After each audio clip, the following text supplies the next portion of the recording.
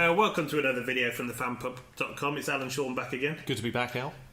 We've had a request. Obviously, the UK is growing in its fondness of the NFL, and the grassroots level is massive. Yeah, and people are starting to look at fantasy leagues and how to play. It's really gaining interest. So we're going to do a number of videos and explain how to play for the uninitiated, really, aren't we? That haven't had a chance to play it yet.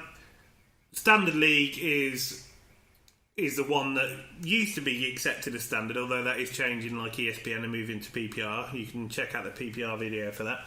But we'll just briefly explain, the best ways of playing it. Standard's actually one of my favourite ways of playing, actually. I mean, I love... It's not actually the way that I came into the hobby, or the way that fantasy... the way that they work nowadays. It wasn't the way I came in through Dynasty route, but I grew to love standard leagues, 1 year shot deals, because I think they're real parity. They really add a certain level of parity to the field. Because one of the problems is very simply, if you play in a league where you get to keep the players all year long, and we'll talk about that in another video, the issue is that if you've got a really, really good team, it's going to be really, really good next year more than likely. And if you've got a really, really bad team, it's really hard to dig your way out of it. Yeah, with standard, you don't pay for your mistakes year on year. You only hold on to the mistake for a year at best. You can laugh about it the year later, but everything changes as soon as you redraft, and that's the advantage. All bets are off and everybody starts even again. And I do like that about standard league scoring, because I always found it was good test and challenge of me, because you're up against like-minded souls who want to do well. They know a little bit about you, so they use that to their advantage. It's quite fun. And the nice thing about standard league scoring is you don't have to worry about complexities. In some of the stuff we've discussed, PPR, half-point PPR, maybe even a point for getting a first down, or maybe you're adding in punt return and kickoff returns, and maybe that's included. It all gets a bit complicated. But in standard, it's pretty simple. You get points for the yards you gain for your players, and they get points for the touchdowns they score. And that's nice and simple. And it pretty much rewards you for having the best players. That's the bottom line. Or when you get a breakout, you get a breakout. You're not penalised by silly rules that no. You have to read the rule 15 times to understand it. Then you still don't understand how to use it. And there's somebody who has worked it all out mathematically, has an edge over you. Those kind of things. With standard, it's how it was everybody originally created. And little changes, as your league evolves, maybe every year. You might be in a standard league where it redraft every year. And we've got a few of those ourselves. And maybe there are rules that are discussed and change the league dynamic. Well, fine, but everybody should be involved in that process to build the league from that point on. And maybe it evolves into a PPR league in the end.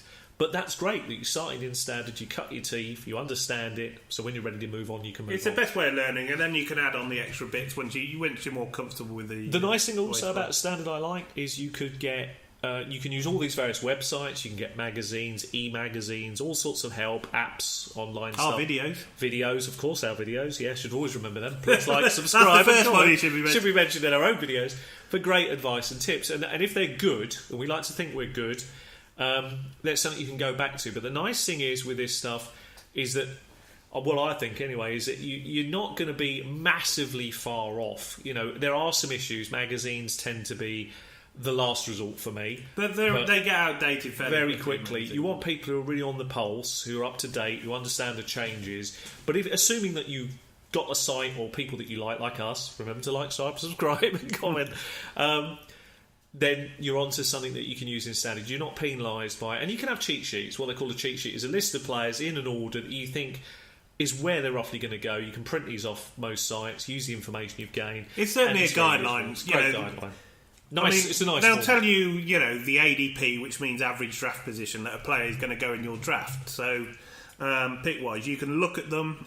You'll have an idea of where they go. You still pick the ones that you like, the ones you prefer, because that's where you get the satisfaction of winning, picking the players you like. Yeah. But you don't want to take big reaches down the field. No, you don't get. You want to pick in and around that area, but players you like. Really, yeah, you don't want to get penalised. I mean, we won't get too drawn into it for this video, but I mean, the bottom line is what you do is you've got your list. You know roughly when players should go. You will find most of them will go on that level, but there might be players that slip, and those are players you can cash in on if you like them. So that's the nice thing. Check out sleeper videos. They're players that. They're going low down the league, but they could add a lot of value. Could give you a winning formula team. You've also got bust, which is players to avoid. We've got a players to avoid video, people we won't be drafting. But in standard, this is the nice thing. It's a nice format to cut your teeth on, isn't it? And that's what makes it fun. Yeah, For the we'll first leave time. a link to the Fantasy Pros expert consensus on when players should go, so that gives you that. You can have a look. You can measure, who's gone and who's left, who's available. You can cross them off as you go. And that's the way to do it, really, isn't it? Yeah. And just have fun, because it really is good fun. It's good fun, and it's a great way to cut your teeth and learn about the Especially if game. you watch something like Red Zone and that, you'll end up wishing Well, that they're thrown to your guy. So it all adds to the experience. If you've never thought about getting involved in fantasy before, I think one of the nicest things to say about it, I was very much the same at the very beginning. I watched American football in the early days in the 80s, mid-80s, and at that time, we've talked about this a little bit on the podcast. I won't bore anybody listening in, but I was watching the era of the Bears in 85, watched Miami 86, all sorts of teams we were watching. And we didn't have the internet, but one of the things that really drove me beyond my own team to look at other players was fantasy. It makes you consider every game, and once you start looking at every game, you'll find yourself possessed by staying up late on a Monday night, listening to the result of one player that you've got who needs to get 8 yards, to make your team who win. should get 8 yards. There's no reason he shouldn't. He's a starting running back. There's a question over his health, and you'll be sitting there glued to the TV till way hours in the morning when you should be ready for work. You can't help it. And then when he's got them 80 yards and you're 8 points, you're thinking, he's going to fumble now. He's going to fumble This now. is how it works. But he's great fun. And you get sucked in, and you could be watching someone else's player because you don't want them to score a certain amount of points. So it might even be your player that's playing that night. It might be. And it's strange things that happen. Somebody has a great week against you, and you can't believe your bad luck. And things like this make it fun to talk about leagues, and that's why they become addictive. That's why it's so much fun. Fantasy adds so much to watching the game. You have no idea till you jump in and put your feet in and have a go. It will really add to your enjoyment. So. Again, if you've enjoyed the video, please smash that thumbs up. Consider subscribing to the channel. There's lots of videos on there to help you, with your draft choices, who to avoid. And we always answer your questions. And, any questions you've got, give us a shout. Thanks very much for watching.